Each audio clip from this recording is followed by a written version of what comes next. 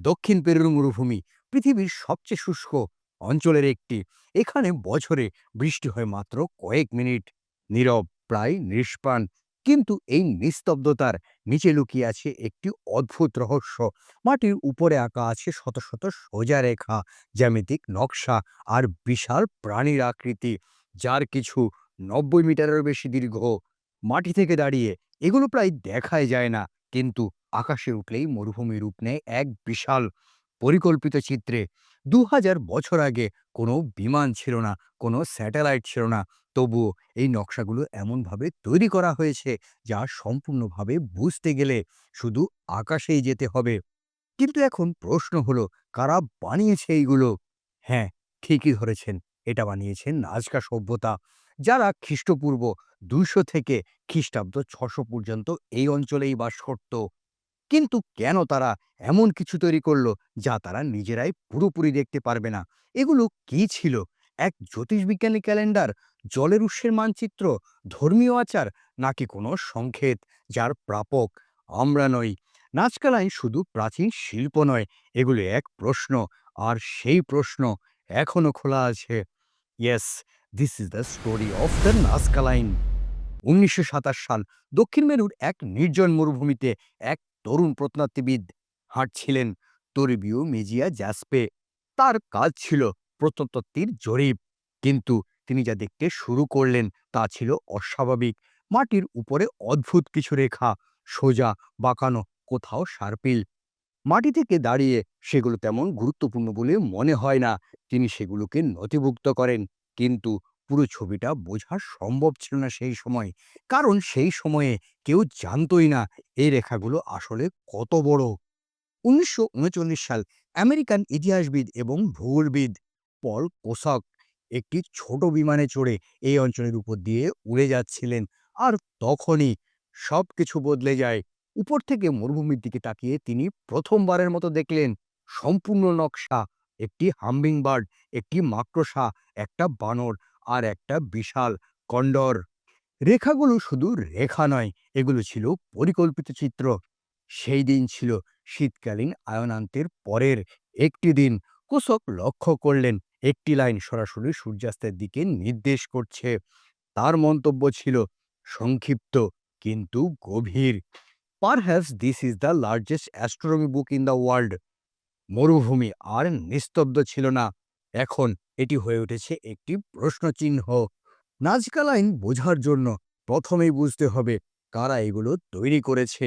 খ্রিস্টপূর্ব ২০০ থেকে খ্রিস্টাব্দ ৬০০ সাল পর্যন্ত দক্ষিণ পেরুর উপত্যকাগুলোতে একটি সভ্যতা বিকশিত হচ্ছিল, নাজকা সভ্যতা। এটি কোনো সাম্রাজ্য ছিল না, না ছিল কোনো বিশাল প্রাসাদ বা পিরামিড, কিন্তু ছিল এক উন্নত প্রযুক্তি, বিশেষ করে জল ব্যবস্থাপনা। এই অঞ্চল পৃথিবীর সবচেয়ে শুষ্ক অঞ্চলগুলোর মধ্যে একটি। তবুও নাজকারা তৈরি করেছিল ভূগর্ভস্থ জল চ্যানেল, পাথর দিয়ে বাঁধানো সর্পিল কূপ, যা কিনা আজও কাজ করে। এগুলো শুধু প্রকৌশল ছিল না, এগুলো ছিল বেঁচে থাকার কৌশল। তাদের মাটির পাত্রে দেখা যায় রঙিন দেবতা, প্রাণী প্রতীক।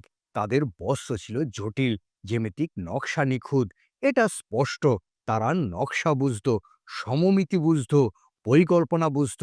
নাজকারা বিশ্বাস করত দেবতারা আকাশে বাস করে, পাহাড় ছিল পবিত্র, বৃষ্টি ছিল দেবতার দান, জল ছিল জীবন। এই বিশ্বাসের মধ্যেই সম্ভবত জন্ম নিয়েছিল মরুভূমির বুকে আঁকা এই বিশাল নকশাগুলো। কিন্তু একটি বিষয়ে এখনো প্রশ্ন তৈরি হয়, যদি এগুলো ধর্মীয় উদ্দেশ্য হয় তাহলে এত বিশাল কেন? যদি এগুলো বার্তা হয় তাহলে কাদের উদ্দেশ্যে? নাজকা সভ্যতা প্রায় ৮০০ বছর টেকেছিল, এরপর ধীরে ধীরে বিলীন হয়ে যায়। কেউ বলে জলবায়ুর পরিবর্তন, কেউ বলে দীর্ঘ খরা, কেউ বলে পরিবেশগত ভারসাম্য নষ্ট হয়ে গিয়েছিল। কিন্তু তারা চলে গেলেও তাদের রেখা রয়ে গেছে মরুভূমির বুকে, স্থির, নীরব, অমীমাংসিত। প্রথম প্রশ্নটাই সবচেয়ে গুরুত্বপূর্ণ। ২০০০ বছর আগে কোনো বিমান ছিল না, কোনো ড্রোন ছিল না, কোনো স্যাটেলাইটের ছবি ছিল না। তবুও এমন নকশা তৈরি করা হয়েছে যা পুরোপুরি বোঝার জন্য শুধু আকাশেই যেতে হবে। তাহলে তারা কিভাবে এটা তৈরি করলো? উত্তরটা চমৎকার হলেও অবিশ্বাস্য নয়। নাজকার মানুষ মাটি গভীরে খনন করেনি, তারা কেবল মরুভূমির উপরে লালচে পাথরের স্তর সরিয়েছে মাত্র 10 থেকে 15 সেন্টিমিটার গভীর। নিচে ছিল হালকা রঙের মাটি, ফলে তৈরি হয়েছে স্পষ্ট কন্ট্রাস্ট। লাল পটভূমিতে সাদা রেখা, এটা ছিল সরল কৌশল কিন্তু কার্যকর। প্রত্নতত্ত্ববিদদের মতে তারা সম্ভবত কাঠের খুঁটি বা দড়ি ব্যবহার করত। প্রথমে ছোট আকারের নকশা আঁকা হতো, তারপর অনুপাত ঠিক রেখে ধাপে ধাপে বড় করা হতো। এমনকি কিছু কিছু স্থানে কাঠের খুঁটির অবশিষ্টগুলো পাওয়াও গেছে।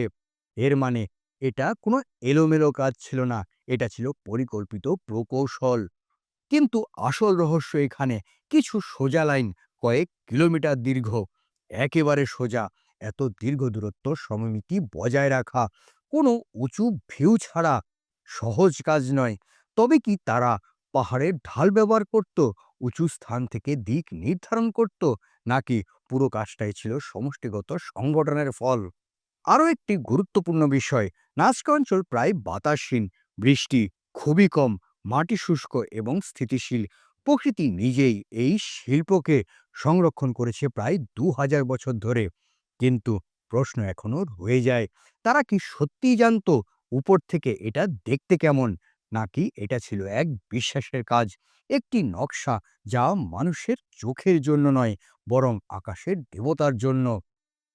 এই অংশে আমরা বুঝলাম এটা অসম্ভব প্রযুক্তি নয়, কিন্তু এটাও পরিষ্কার এই কাজটা সাধারণ কাজও নয়। এটি ছিল একটি সংগঠিত, পরিকল্পিত, সম্ভবত আচার ভিত্তিক। নাজকা লাইন যখন আন্তর্জাতিকভাবে পরিচিত হয়ে ওঠে, তখন একটি ধারণা ধীরে ধীরে গুরুত্ব পেতে থাকে। এই রেখাগুলো কি আকাশের সঙ্গে সম্পর্কিত? মরুভূমির কিছু সোজা লাইন সূর্যাস্তের নির্দিষ্ট অবস্থানের দিক নির্দেশ করে, বিশেষ করে আয়নান্তের সময়। তখন সূর্যের অবস্থান বছরে একবার নির্দিষ্ট বিন্দুতে পৌঁছায়। একটি কৃষিভিত্তিক সমাজের জন্য এটা ছিল অত্যন্ত গুরুত্বপূর্ণ, কারণ ঋতু মানেই ফসল, আর ফসল মানেই বেঁচে থাকা। এই তথ্য সবচেয়ে বেশি সমর্থন করেছেন জার্মান গণিতবিদ এবং গবেষক মারিয়া রাইখে। তিনি নাজকা মরুভূমির প্রায় 40 বছর কাটান। তিনি প্রতিটি লাইন ঝাড় দিয়ে পরিষ্কার করতেন, মাপ নিতেন, নকশা আঁকতেন। তার বিশ্বাস ছিল এই জিওগ্রাফিকগুলো এক বিশাল জ্যোতিষ বৈজ্ঞানিক ক্যালেন্ডার।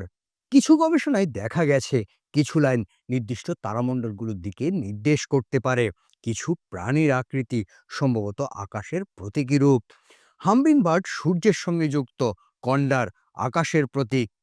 তবে কি এটি কেবল একটি শিল্প, নাকি মহাজাগতিক মানচিত্র?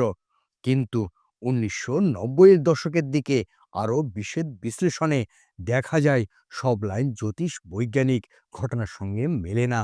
অনেক রেখা যে কোনো দিকেই নির্দেশ করে। যদি এটা নিখুঁত ক্যালেন্ডার হতো, তাহলে কি এত বৈচিত্র্য থাকতো? সম্ভবত উত্তরটা মাঝখানে। কিছু লাইন আকাশের সঙ্গে সম্পর্কিত হতে পারে, কিন্তু পুরো ব্যবস্থাটাই শুধু জ্যোতিষবিজ্ঞান ভিত্তিক এমন প্রমাণ নেই। নাজকা লাইন আবারও একটি অর্ধেক খোলা রহস্য হয়ে দাঁড়িয়ে আছে।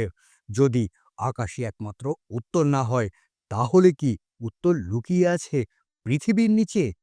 নাজকা অঞ্চল অত্যন্ত শুষ্ক, এখানে জল ছিল বেঁচে থাকার একমাত্র ভরসা। এই কঠিন পরিবেশে নাজকার জনগণ তৈরি করেছিল ভূগর্ভস্থ জল চ্যানেল, যা কিনা এখনো কিছু বেশ কার্যকর। গবেষণায় একটি শক্তিশালী তথ্য বলছে নাজকা লাইন এর অনেক সোজা রেখা এই জলের উৎসের দিক নির্দেশ করে। কিছু প্রশস্ত ট্রাপিজয়েড সম্ভবত ছিল আচার অনুষ্ঠানের ক্ষেত্র। রেখাগুলো হয়তো ছিল হাঁটার পথ, এখানে মানুষ দলবদ্ধভাবে প্রার্থনা করত বৃষ্টি এবং উর্বরতার জন্য। প্রাণীর প্রতীকগুলো তা ইঙ্গিত করে, মাকড়সা বৃষ্টি, হামিংবার্ড উর্বরতা, বানর প্রাচুর্য। এই দৃষ্টিতে নাজকা লাইন ছিল না শুধু শিল্পকর্ম, এগুলো ছিল এক উন্মুক্ত মন্দির, এক দৃশ্যমান প্রার্থনা। কিন্তু প্রশ্ন এখনো রয়েই যায়, যদি এটা কেবল আচার হয়, তাহলে এত নিখুঁত জ্যামিতির প্রয়োজন কেন? 1960-এর দশকের শেষ ভাগে একটি নতুন তথ্য জনপ্রিয় হয়ে ওঠে। লেখক অ্যারিড ভন ড্যানিকেন্ড দাবি করেন নাজকা লাইন আসলে ব্রিন গ্রহে যানবাহনের ল্যান্ডিং স্ট্রিপ। তার যুক্তি ছিল সহজ, এই নকশাগুলো এত বিশাল, এত নিখুঁত, এত পুরোপুরি বোঝা যায় কেবল আকাশ থেকে। তাহলে কি এটি বানানো হয়েছিল আকাশ থেকে কারো আসার জন্য? তার মতে কিছু সোজা লাইন রানওয়ের মতো দেখায়, কিছু চিত্র এমন রহস্যময় অ্যাস্ট্রোনটের আকৃতি যা কিনা অনেককেই কল্পনাকে উস্কে দেয়। এই ধারণা দ্রুত জনপ্রিয় হয়ে ওঠে, কিন্তু প্রত্নতাত্ত্বিকবিদদের অবস্থান ভিন্ন। এই পর্যন্ত কোনো বিনগহীর প্রযুক্তির চিহ্ন পাওয়া যায়নি, কোনো অস্বাভাবিক উপাদান নয়, কোনো অজানা যন্ত্রের প্রমাণ নেই। যা পাওয়া গেছে তা হলো দড়ি, খুঁটি, মানবশ্রম এবং সাংস্কৃতিক ধারাবাহিকতার চিহ্ন।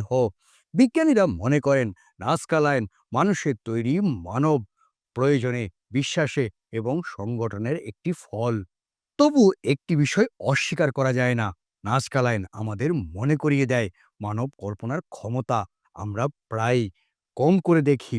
হয়তো উত্তর ভিন্ন গ্রহে নয়, হয়তো উত্তর লুকিয়ে আছে আমাদের নিজেদের অতীতে। মরুভূমি এখনো নীরব, রেখাগুলো এখনো টিকে আছে, আর প্রশ্নগুলো এখনো খোলা। আমরা কি সত্যি আমাদের পূর্বপুরুষদের পুরোপুরিভাবে বুঝতে পেরেছি? নাজকা লাইন একটি রহস্য যার সম্পূর্ণ সমাধান এখনো হয়নি। এই হলো নাজকা লাইন নিয়ে অল্প কিছু কথা।